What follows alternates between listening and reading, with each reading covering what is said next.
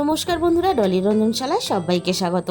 আর আজকে তোমাদের সাথে শেয়ার করব ঢ্যাঁড়স আলুর দুর্দান্ত স্বাদের একটা সম্পূর্ণ নতুন রেসিপি। আমি এই রান্নার জন্য ঢ্যাঁড়সগুলো আগে থেকেই খুব ভালোভাবে ধুয়ে পরিষ্কার করে তারপরে কেটে নিয়েছিলাম। আর প্রত্যেকটা ঢ্যাঁড়স কাটার সময় কিন্তু আমি একটু দেখে নেব ভিতরে পোকা আছে কিনা। যেহেতু ঢ্যাঁড়সগুলো খুব ছোট আর কচি, তাই আমি গোটা রেখে কেটে নিয়েছি। প্রত্যেকটা ঢ্যাঁড়সের আমি পেছন দিকে এইভাবে অল্প করে একটু চিড়ে নিয়ে আমি দেখে নিলাম পোকা আছে কিনা।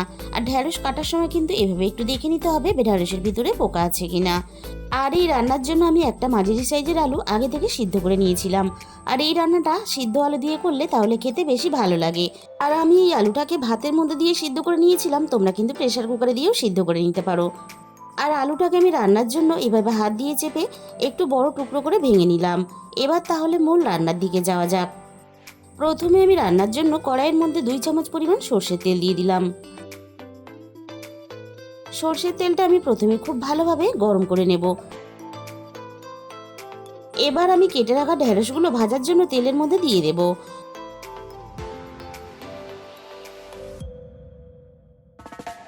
আর ঢ্যাঁড়সের মধ্যে প্রথমেই কিন্তু আমি লবণ দিয়ে ঢ্যাঁড়সগুলোকে ভাজবো না। যদি প্রথমেই আমি লবণ দিয়ে দিই তাহলে কিন্তু ঢ্যাঁড়সগুলো খুব ভালোভাবে ভাজা যাবে না।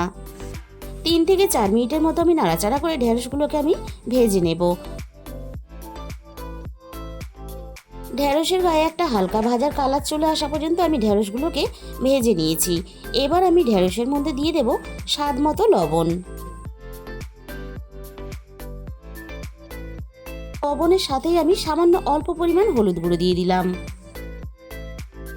এবার আমি লবণ আর হলুদ দিয়ে ঢ্যাঁড়সগুলোকে আরও মিনিট খানেকের মতো নাড়াচাড়া করে খুব ভালোভাবে ভেজে নেব। ঢ্যাঁড়স আগে একটু ভালোভাবে ভেজে নিয়ে তারপরে লবণ হলুদ দিয়ে ভাজলে ভাজাটাও খুব সুন্দরভাবে হয়, আর তাছাড়া রান্নার পরে খেতেও বেশ ভালো লাগে। ঢ্যাঁড়সগুলোকে আমি খুব ভালোভাবে বেশ লালচে করে ভেজে নিয়েছি। এর থেকে আমি আর বেশি ভাজবো না। এবার আমি সমস্ত ভাজা ঢ্যাঁড়সগুলো কড়াই থেকে নামিয়ে নেব।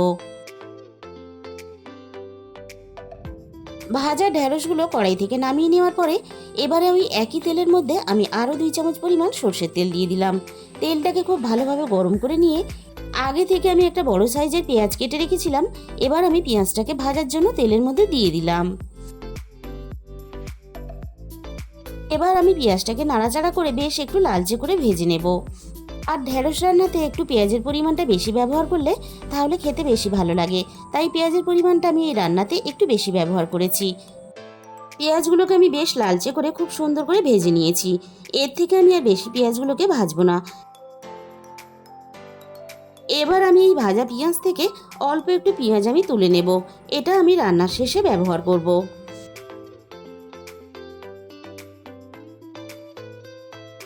এবার আমি ভাজা পেঁয়াজগুলোকে তেলে থেকে একটু সাইড করে রেখে দিলাম।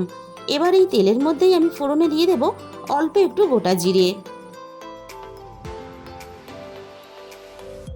জিরেটাকে আমি কয়েক সেকেন্ড নাড়াচাড়া করে একটু হালকা করে ভেজে নেব।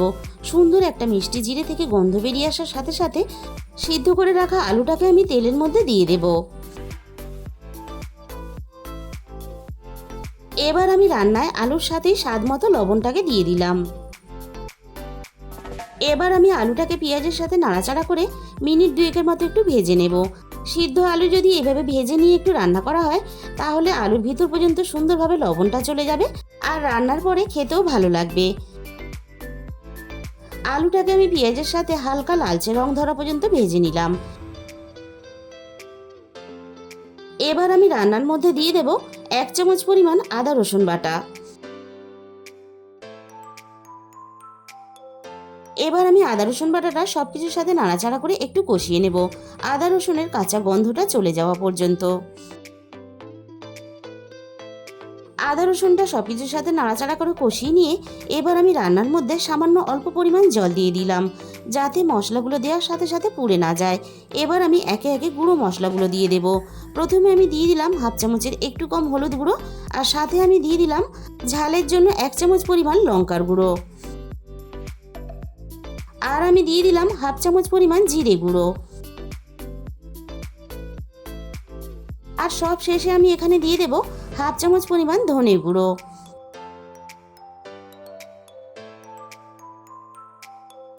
এবার আমি সমস্ত মশলা সবকিছুর সাথে নাড়াচাড়া করে খুব ভালোভাবে কষিয়ে নেব। আর বন্ধুরা, এইভাবে সিদ্ধ আলু দিয়ে ঢ্যাঁড়সের তরকারি রান্না করলে খেতেও যেমন ভালো লাগে আর রান্নাটাও কিন্তু ঝটপট হয়ে যায়। আর তাছাড়া ভাত, রুটি, পরোটা সব কিছুর সাথে খেতে কিন্তু দুর্দান্ত লাগে। মশলা থেকে সুন্দরভাবে তেলটাও ছেড়ে গেছে। এবার আমি ভেজে রাখা ঢ্যাঁড়সগুলোকে দিয়ে দিলাম।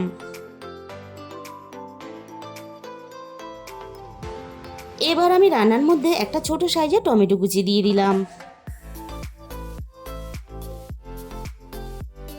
এবার আমি ঢেঁড়স আর টমেটোটাকে সবকিছুর সাথে নাড়াচাড়া করে মিনিট 2-3 মতো খুব ভালোভাবে একটু কষিয়ে নেব।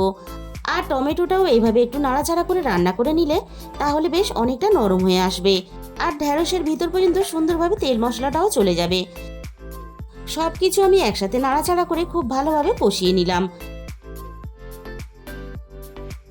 এবার আমি রান্নার মধ্যে 1 গ্লাস পরিমাণ জল দিয়ে দিলাম। ঢেঁড়সও খুব ভালোভাবে ভাজা আছে আর আমরা কিন্তু রান্নাটা সিদ্ধ আলু দিয়ে করছি। রান্নাটাও আমি একটু মাখা মাখা করে করব, তাই খুব বেশি পরিমাণ কিন্তু জল দিলাম না। খুব বেশি পরিমাণ জল দিয়ে রান্নাটা করলে তাহলে আলুগুলো একেবারে সিদ্ধ হয়ে রান্নার সাথে মিশে যাবে। সব কিছু একসাথে নাড়াচাড়া করে মিশিয়ে দিলাম। এবার আমি ঢেঁড়সগুলোকে খুব ভালোভাবে সিদ্ধ হতে দেব। মিনিট 10 মতো আমি রান্নাটা করে নিয়েছি আর খুব ভালোভাবে কিন্তু ঢেঁড়সগুলো সিদ্ধ হয়ে গেছে। যে ভাজা পেঁয়াজটাকে আমি তুলে রেখে দিয়েছিলাম সেটা আমি রান্নার মধ্যে দিয়ে দিলাম। অল্প একটু ভাজা পেঁয়াজ যদি এভাবে রান্নার মধ্যে দেয়া হয় তাহলে পেঁয়াজের সুন্দর ভাজা গন্ধটা রান্নার সাথে মিশে যায় আর তার জন্য রান্নার স্বাদ ও গন্ধ 10 গুণ বেড়ে যায়। আর বন্ধুরা, একদিন হলেও তোমরা এই রেসিপিটা অবশ্যই বাড়িতে ট্রাই করে দেখো। তাহলে বন্ধুরা, আজকের এই রেসিপিটা ভালো লাগলে একটা ভিডিওতে লাইক করে দিও আর নিজেদের বন্ধুদের মধ্যে শেয়ার করে দিও। আর যে সমস্ত নতুন বন্ধুরা এখনো পর্যন্ত আমার চ্যানেলটাকে সাবস্ক্রাইব করোনি, আমার চ্যানেলটাকে সাবস্ক্রাইব করে পাশে থাকা বেল আইকনটা ক্লিক করে অল করে দিও। তাহলে আমি যখনই কোনো নতুন রেসিপি আপলোড করব সবার আগে তোমার কাছে পৌঁছে যাবে। তার সাথে সাথে আমার চ্যানেলটাকে হাইপ করে দিও, যাতে আমি আরও এগিয়ে যেতে পারি আর তোমাদের সাথে আরও সুন্দর সুন্দর রেসিপি শেয়ার করতে পারি। আর তোমাদের মূল্যবান সময় দিয়ে আমার এই রেসিপিটা শেষ পর্যন্ত দেখার জন্য তোমাদের সবাইকে অসংখ্য ধন্যবাদ। আজকে তাহলে এই পর্যন্ত।